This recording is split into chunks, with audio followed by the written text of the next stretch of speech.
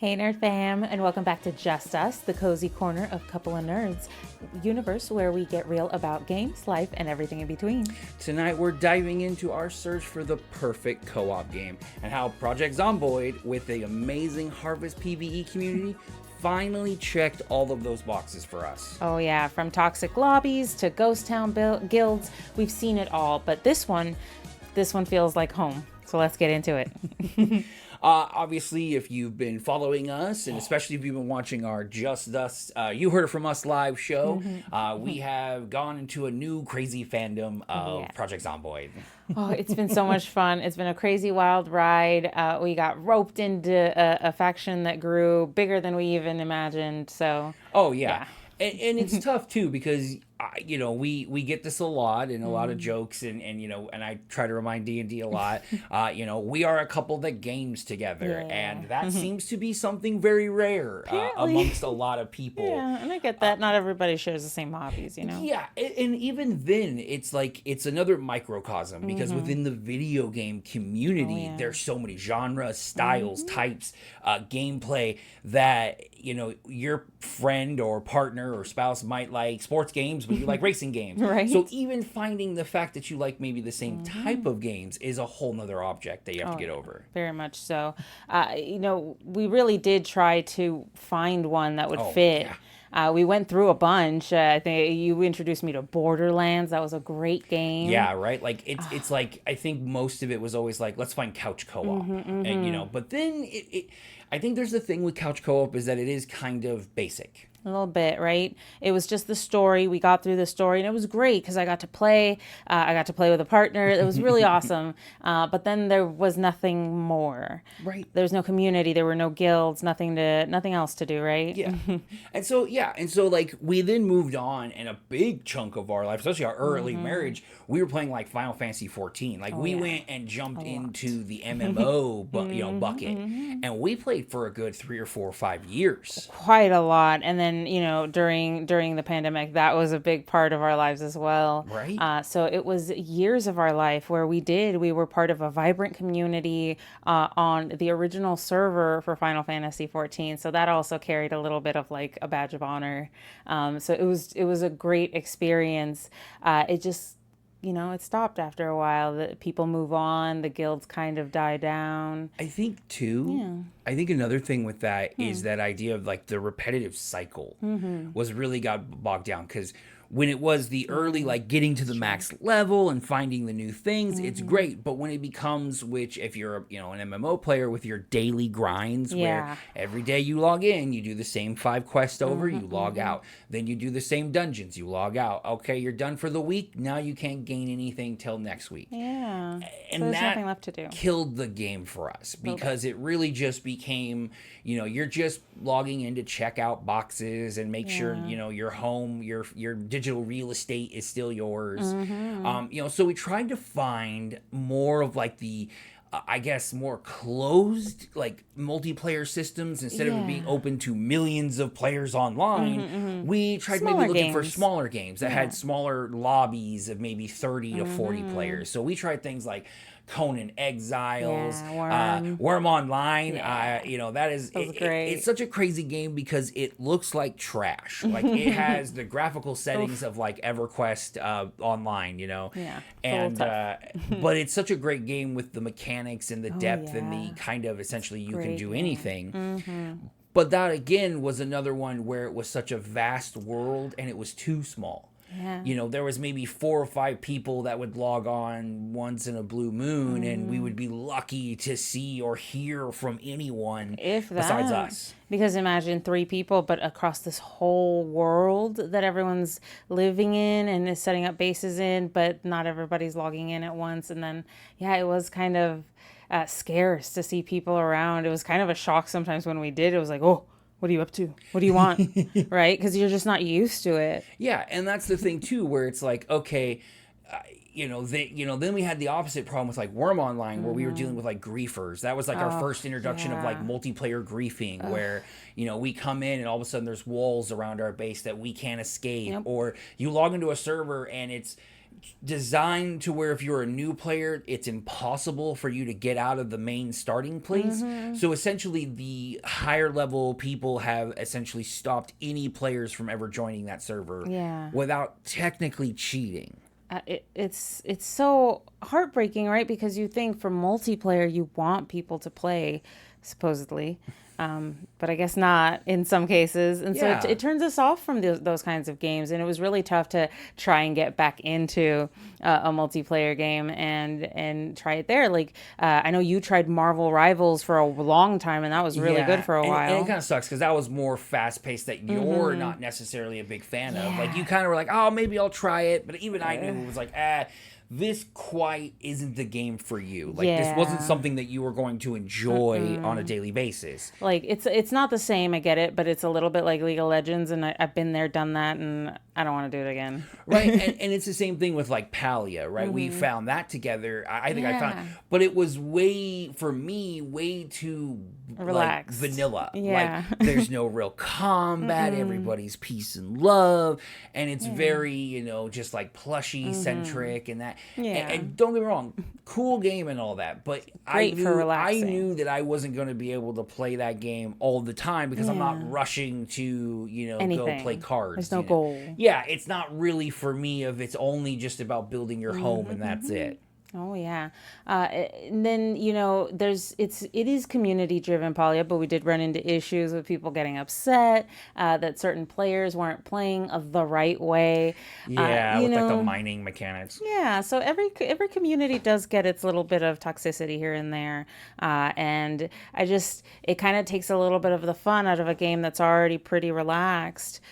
When people are telling you like you can't mine that rock unless everybody gets a hit first, it's like okay. Rage over in-game resources. But for us, it's like we have this already unfair advantage is that we're a duo, That's right? true. And we hear that a lot in games we join, and that we're a duo. So most games that are already kind of a single player experience, we already turn into a multiplayer experience. Oh yeah. So we knew it was important to play together, but we also wanted to be something larger. Like there's many games like Raft, Sons of the Forest that we've played and we've had fun, but eventually it was always just, hey, we're two people playing in the same world. If you didn't explore it, I didn't explore it, nothing was really there. There was no sense of life to the games we were playing, and that was what we were really looking for. Like even Pal World, we tried that for a while too, but without other players on the servers, it became kind of weird. Yeah, it was kind of tough too because that game is going under so much,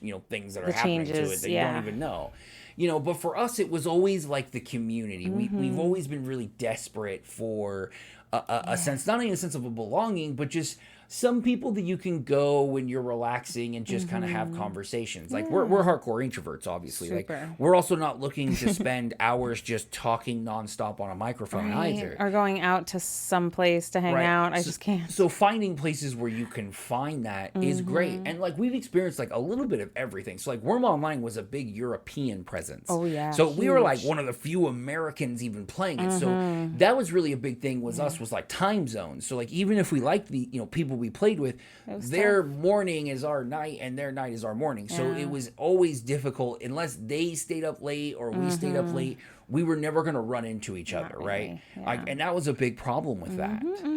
There were times where we'd come and there would be like a whole progression of builds and things around us that hadn't been there the night before. We're just like, oh, they must have been here, but they're not now. Yeah, I mean, like you said, it felt like such a large, empty world eventually, where it didn't really matter what we did or what we created because eventually it would just go to waste because there was no one to see it but us. And I mean, when we had like Borderlands, which kind of has a pseudo multiplayer experience, but then we find that we like to play at our own pace. And so that's not usually the pace that everyone else wants to play at. Right. Especially with Borderlands, it's like one of those games where a lot of people want to rush. And I know D&D isn't the biggest fan of that. So I'm okay with just kind of taking the back point, being the protector, and kind of let her progress through the story where other players aren't going to let you do that. No, because I'm one of those gamers. I like opening every box. Reading every book. I like looting everything. I'm a weirdo like that. I like reading every book, every bit of lore that can come up.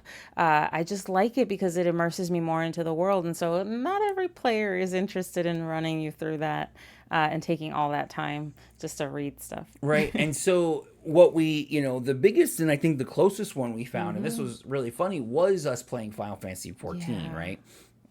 And wonderful. the Guardians of Truth. Our it guild. was great. And we have a lot of amazing memories. And yeah, if you take a look at some of our past episodes of Just Us, we share some of those. How D&D got our first PlayStation 4 was from this group. Yep. But the issue with a lot of those games, especially MMOs, is people kind of come and go. Yeah. And so it kind of eventually became just like all those other games we played, where it was just D&D and I playing.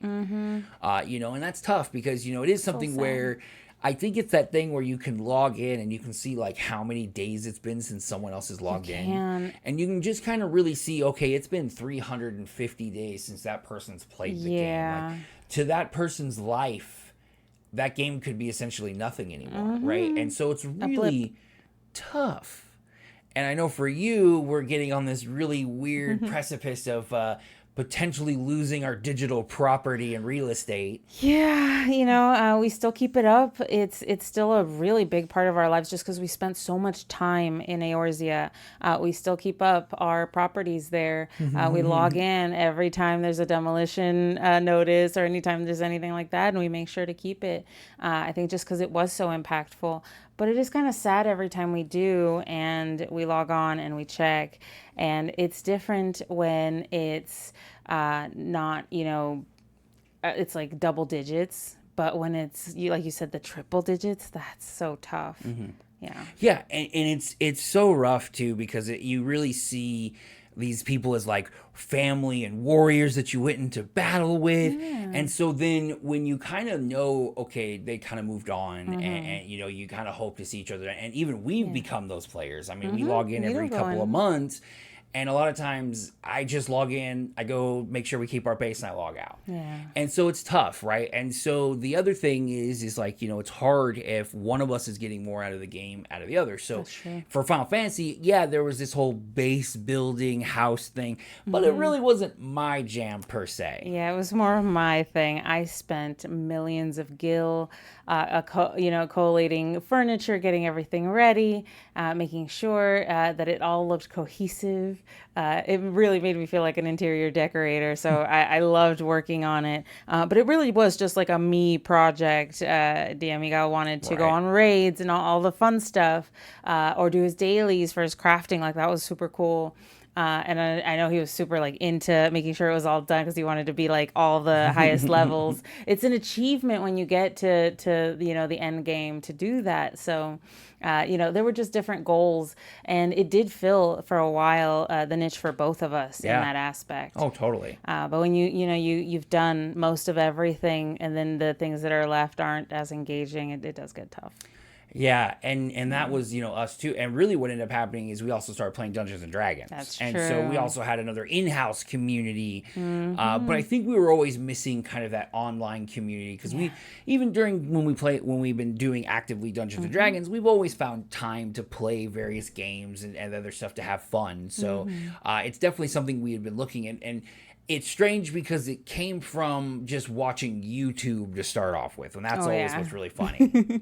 I know, it just came from, I think you found an episode of Critical Role, and we watched it once, got hooked. Oh, I'm talking about Project Zomboid. Oh, sorry, wrong thing. I don't know, no my worries, brain went crazy. You are perfectly fine. No, you found the game, my apologies. And I think we'd been watching YouTube, and we'd found a lot of the how-to, it's like the how-tos, right? Like every time you start a game, I always look up like the how-to guides, and then eventually, as with the YouTube algorithm, the moment you start searching a game, you're going to get flooded and inundated with every video that has to do with that game, which makes it really honestly fun. But we didn't know the videos that we were watching actually had a whole server to go with it, and that was the Harvest PvE server. And it was really interesting because when we first joined, there was a requirement too, and it's one of those things where at first it was funny because we didn't think we'd be near even close, but we were like worried. so past what we needed, which made us feel a little better in joining the community because obviously like Not as at bad. first it was like, oh man, is it gonna be like we're gonna not even be like enough to join, and then luckily we were doing good because really it was gonna just be like, hey, let's see how we do, because we had a few people see us on stream and had commented how we do very well and that they were surprised how long we can live in a game where many people don't make it past a month. Yeah. So we did good. we thought, hey, you know what? Let's see. We kind of expected it to be a lot like Ark or Conan, that we were just going to get griefed because even though we saw PvE, we didn't know if like players could actually steal from one another. Yeah, obviously that was you always can't. tough. You may not be able to never like know. attack each other, but that doesn't mean I can't like firebomb your car and steal everything you own. Yeah, and you still technically can steal from players if they haven't claimed a vehicle or a safe house. You can go raid all their stuff, take everything, Right. make out like a bandit. And that's the big thing too, is like it really is the moment we got into it is like the community was already there. There's a whole Discord that's very active, Super active. and very much built and designed to allow people to really jump in, start playing, and really learn really quick about it because it was so awesome. I think it was even in like the first weeks or so, we were already seeing like events and custom content that was ran not only by just like what we assumed to be like members of staff, like paid members, but also the players themselves in the game. Like, whereas, Final Fantasy 14 had, events based off the game itself, but there was no community leaders or members that were driving it. Unless Monitoring you, everything, right, unless you were on like a RP server. It was really basically if your clan didn't do that, it just didn't happen. It had to be your clan. So it's tough, right? But this was so different. The faction system is unique.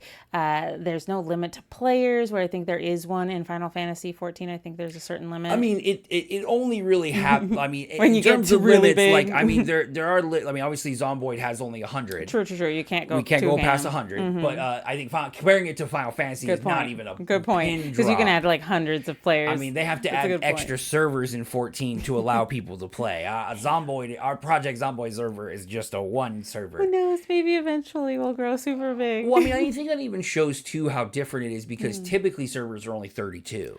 Oh, So that's the right. fact that this can go past that into 100 just shows why it works so well. And really, I think the biggest draw was like the moment we joined, the first day, the first moment, we were already being helped by a community in a game that's really hard, Complete right? strangers. Like where resources are finite and tough to come by, we were already having a community that typically in the online community, if you're a noob, you're viewed very negatively. Yeah. But there wasn't this kind of toxicity that we see all the time. It was just nerds surviving, having fun, and really taking into account like everybody who plays is very valuable because this is a small server. Right. And the issues too sometimes you get when you join certain server communities with active discords, things like that, is that they're very closed communities because they're all so close. They're all good friends and they've been playing together for a very long time. So it's tough to break into that as a new person, as a newcomer, and expect to be welcomed with like super open arms and treated like you're one of the guys or something, Yeah, and I think a big difference too is like this is like the first time we ever played a game that had like a companion Discord with it. Like we're kind of fogies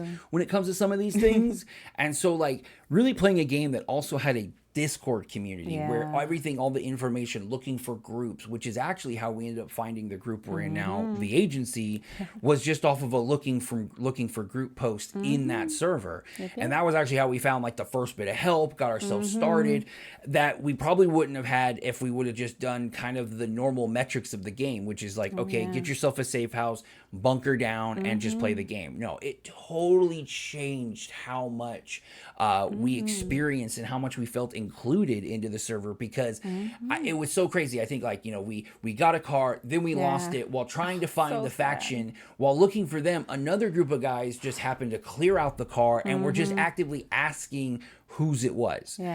So that kind of action really, I think, set upon a path that we were gonna get hooked because it really started checking off all the boxes, like D&D said. It was every box we needed, and for me, my biggest moment that I knew I was hooked is when we talked to director Boobam. At this point, just Boobam. Yeah. And when he was talking about how finding a duo and being impressed with us and how we were playing, and thinking that we were much more skilled than we really were, and just knowing that, hey, we're already trying and it's being acknowledged, and we've already, in our first night of playing, have already kind of found friends to play with, and that's so hard in MMO games this day and age. I mean, I don't know about you. What would you say probably was your first best memory?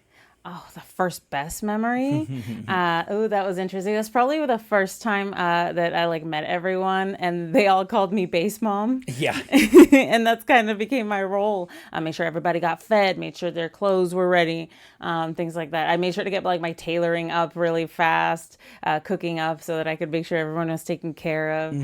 So it was just really nice making sure everybody was watched after. Right. And I think that's also the other funny thing is when you name dropped me in the middle of the chat. Yeah. And it was funny because just everyone just began kind of naming themselves and letting everyone know, because at that point everyone was just having fun, and it was just something to look forward to, as that was really just the middle of the season. And so now, we're getting ready to start the 9th season. And if you follow our show, we're going to be reporting more and more on it. So it's going to be exciting. But we wanted to take a little opportunity to kind of give a little bit more of our kind of take onto why we've been playing Zomboid and why it's become so important to us. And that when you find these games that click with you and your partner, you gotta lock on and you gotta hold on to them, because they definitely create a new bridge for not only you and your partner, but also for you to have connections in that digital world that's already a pain in the ass to find. Oh, yeah. It's so tough in this day and age, right? When companies are really just making games to make money, because obviously that's a business. Yeah. But to find a game that also allows for this kind of community to grow within it. I mean, Project Zomboid literally just said, go mods, go nuts, and do whatever you want. That's what's so great about it. I mean, it's still playing on the older version. I mean, until the new version gets multiplayer, people are still playing the old version over the new one. And would rather do that. Yeah. Right? I think that speaks volumes. Yeah, I think that's going to always be kind of the biggest reason why we love it so much, and why we're probably going to keep playing from season to season, and you're going to be hearing a lot more of us talking about it. But as always, thank you as always for hanging out with us as we broke down just why Zomboid hits just a little different, and that how the right game with the right people can make all the difference. If you're on the hunt for a game to play with your partner, or just a community that makes logging in worth it, keep looking. Your nerdy home is out there. And don't forget to like, review, follow everything that is Couple of Nerds Productions, and come hang out with us on our Discord and our YouTube and see all the stuff that we got coming up and down the road. But until next time, stay nerdy.